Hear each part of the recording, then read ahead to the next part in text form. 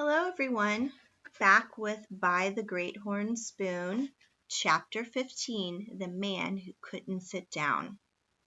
They pitched camp and they broke camp. Day after day they followed running water. They washed out prospects scraped from behind rocks and boulders in the stream bed. Spangles had a way of trapping themselves out of the current. When they found bits of color, they dug in. At times, Praiseworthy spent the entire day with his boots apart, swinging the pick in great arcs. Where the prospects looked good, they labored to follow the specks of gold to their source, which either disappeared or ended at someone's claim. Where the fleas were bad at night, they stuck a lit candle in the floor of the tent, and in the morning Jack would count the visitors to see whose gold pan had trapped the most. He kept track. "I'm ahead by 82 dead varmints," he announced at the end of their first week of prospecting, "and I've got the live varmint bites to prove it," Praiseworthy answered, scratching his back. The days were long and hot. Yellow poppies had burst open on the hillsides like the scatterings of fool's gold. Sometimes Jack would catch Praiseworthy gazing out over some distant view, as if it didn't matter if they ever got back to Boston. "Smell that air, partner," Praiseworthy would say, as if mountain air had just been discovered. Hay dirt eluded them, but the next bend in the river might make their fortune. They met other prospectors every day, and at times there seemed to be more pack mules and burros in the hills than jackrabbits. After supper one night, Praiseworthy and Jack sat around their coffee fire, and a miner came along on muleback. "Have a cup," said Praiseworthy, smoking one of the long 9 cigars he had taken a fancy to. "Can't stop," said the miner, as if he had a mouthful of gravel. A bandana was tied around his face, and one cheek was swelled out. "Got a powerful toothache. Much obliged, anyhow. Where you headin'?" "Over to Shirttail Camp. I hear they got a tooth extractor up there." Jack pricked up his ears. Praiseworthy lowered his eyebrows. "Would his name be Higgins?" "Doc Higgins, that's him." The miner gave his mule a small kick with his heels and was gone. Jack shook his head. "I hope I don't get a toothache." "No, sir." "The impostor," Praiseworthy snapped. "So that's where he ran off to. Cut-Eye Higgins, dentist of Shirttail Camp. No doubt he extracts teeth and gold pouches at the same time." The days passed in sweat and hard labor. The two partners kept on the move, looking for a claim to stake. They passed from ravine to ravine. The findings were slim. Still, Praiseworthy sang as he swung the pick, and Jack whistled a great deal. They got used to the sight of Digger Indians. The women, in bright calico dresses, would come to the edge of the stream to pan in tightly woven flat baskets. The gold fever had passed no one by. "Oh, it ain't gold fever the diggers has got," a prospector told them. "The yellow stuff don't mean a thing to them. It's calico fever them ladies has got, and the men, they just got serape fever and red sash fever. That's what they trade their dust for, poor devils. They do like to dress up, don't they? Like a bunch of young'uns." Stubb caused them no trouble as long as they treated him with the respect due a mule. Slowly, Praiseworthy and Jack added dust to their gold pouches, but they were as far as ever from striking it rich. Here and there could be seen mounds of dirt and coyote holes where other miners had tried their luck. They passed through abandoned camps where Chinese had moved in to sift through the diggings left behind by others, and they always seemed to be finding color that had escaped the pans and long toms and rockers that had come before them. Jack had seen rockers made out of anything from provision boxes to hollowed-out logs. When finished, they had the look of cradles. You shoved dirt into a hopper at the top, added water, and rocked the spangles through to the rifles in the bottom. Men could be found on almost every claim rocking the cradle, like grizzled nursemaids. Jack was fond of carrying the squirrel gun. They had been shooting what small game they could, especially after their bacon gave out. One afternoon, late in July, after they had made camp, It seemed to Jack that he couldn't face another plate of beans. He picked up the squirrel gun. "I'm going to hunt us a jackrabbit for dinner," he declared. "I can't imagine anything that would taste better," said Praiseworthy, chewing on a piece of oat straw. "I'll be back. I'll expect you." Jack wandered off with the gun in the crook of his arm. He could feel new muscles along his shoulders and legs had a spring to them. If Aunt Arabella and his sisters could see him now, he thought, they'd faint away. 1, 2, 3. He stopped to take aim at a mountain cat he imagined crouched on the limb of a tree. Bam! He'd skin it and make himself a hat. The sun was setting and the sky turned red. He raised a pair of gray doves, but he didn't have the heart to shoot them. They flew off, making a sound as if their wings squeaked. High in the trees, carpinteros were hammering away with their beaks. "Not woodpeckers," he imagined, explaining to Constance and Sarah. "We call them carpinteros in the diggings." Praiseworthy took advantage of Jack's absence to try a little shadow boxing. He turned the pages of the book over in his mind. Elbows in, left jab, feint, duck, sir, duck. Now the right. Put your shoulder to it, sir. The sky began to darken, and Jack was unable to flush a rabbit. Instead, he flushed a grizzly bear.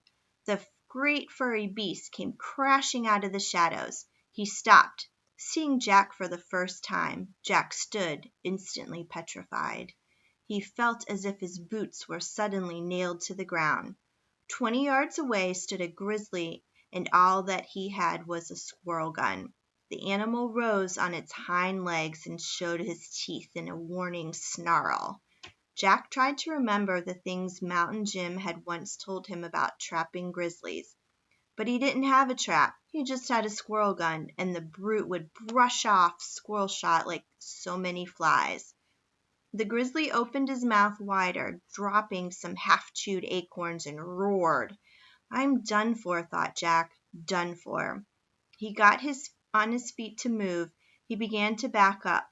Light was fading quickly. The grizzly dropped to all fours and came rolling forward. And then he stopped, for Jack had suddenly disappeared from the face of the earth. He had fallen down a coyote hole, squirrel gun and all. The bear went up on his hind legs again and peered everywhere. He snarled. He roared. Jack waited 20 feet down, afraid the grizzly would fall in on him. Then the sound of the carpinteros burying acorns caught the beast's attention. He went crashing away to go climb a tree. Jack was scraped and bruised, but had broken no bones. It was only after he tried to climb out of the hole that he realized he might be late for supper. He couldn't get out. The sheer earthen walls gave way at every hand and foot. Once he got himself halfway to the top, only to tumble to the bottom with a small avalanche of loose dirt. He began to call out, even though camp was too far away for Praiseworthy to hear him. He shouted anyway, and waited and shouted again. Finally, he took aim at the dusty sky and fired. The explosion boomed like a cannon, and earth rained in on him. When the dust cleared, a face appeared overhead. "Help, sir," Jack said. "What are you doing down there?" "Trying to get out, sir. I heard you calling. You almost shot my hat off." "Sorry, sir. I'll throw you a rope." After a moment, the rope tumbled in on Jack. He took a firm grip, hung onto the squirrel gun, and the stranger pulled him out. Jack planted his feet on solid ground and heaved a sigh of relief. He was dirt from head to toe. "I am obliged, sir," he smiled. "Why, you're just a lad," the man said, coiling the rope and hanging it on the saddle of his horse. And then Jack took a look at the stranger. He was a big man with worn boots and a white coat, a white linen coat, Cut-Eye Higgins' coat. Jack backed away, almost stepping into the coyote hole again. "What's the matter, boy? You look like you seen Old Scratch himself." Jack's heart was pounding. "I know who you are. You're a road agent." "Now, that's a fact," the man laughed, "but I've retired from the road agent profession. That's fact, too. The boys was all shot, hung, or lost their ears. I got away with a load of buckshot in the seat of my pants. Why, I ain't been able to sit down in a month. Me and my horse, we both walk and hunt grizzlies. I'm reformed, that's a fact. You ain't seen a big fellow around here, have ya? I've been on his tracks for 2 days." Jack got a grip on himself, but he kept his distance. "I'll bet you're still out hunting for Dr. Buckbee's mine." "Mine? What's mine? What mine is that, boy?" Jack blinked. Didn't he know? Hadn't he ripped open the lining of Cut-Eye Higgins' coat? Jack found himself leveling the squirrel gun. "You pointin' that thing at me?" the reformed road agent laughed. "Yes, sir. Now that's no way to treat your benefactor, is it? You stole that coat you're wearing, didn't you?" "I reckon I did. Belong to a friend of yours? Why, it gives me a bad conscience to wear this coat. Although I was awful fond of it, I'd appreciate it if you'd give it back. Always was too tight on me anyhow." He peeled off the linen coat and threw it toward Jack. Jack let it lie on the ground, even though he could hardly wait to get his hands on it. The map must still be sewn up in the lining. The man took the halter of his horse. "Now if you'll just let me walk away without shooting," he smiled, "I'll be obliged. Sure ain't seen a big grizzly around. With the price they're paying for bear steaks, he's almost worth his weight in gold." "He just left," said Jack. "Then I'll be going." The ex-highwayman started away and then turned with a final laugh. "Boy, the next time you point that squirrel gun at a bad hombre like me, you really ought to trouble yourself to reload it first. Good luck, boy." Jack's face reddened under the layers of dust. He watched the man disappear through the trees. He was sorry he hadn't been more polite to his benefactor. "Thank you, sir," he called. Praiseworthy was just getting up to look for his partner when Jack burst into the camp. "Look what I've got." Praiseworthy peered at the white bundle Jack had made of the coat. "If that's a rabbit, I'll eat beans. It's Cut-Eye Higgins' coat." Jack quickly told of meeting up with the grizzly, falling into a coyote hole, and being pulled out by the reformed road agent. Just as quickly, Praiseworthy unclasped his knife and ripped open the lining. They laid open every inch of the coat. They examined and re-examined it, and Jack's excitement died away. There was no map. There had never been a map sewn into the lining of the coat.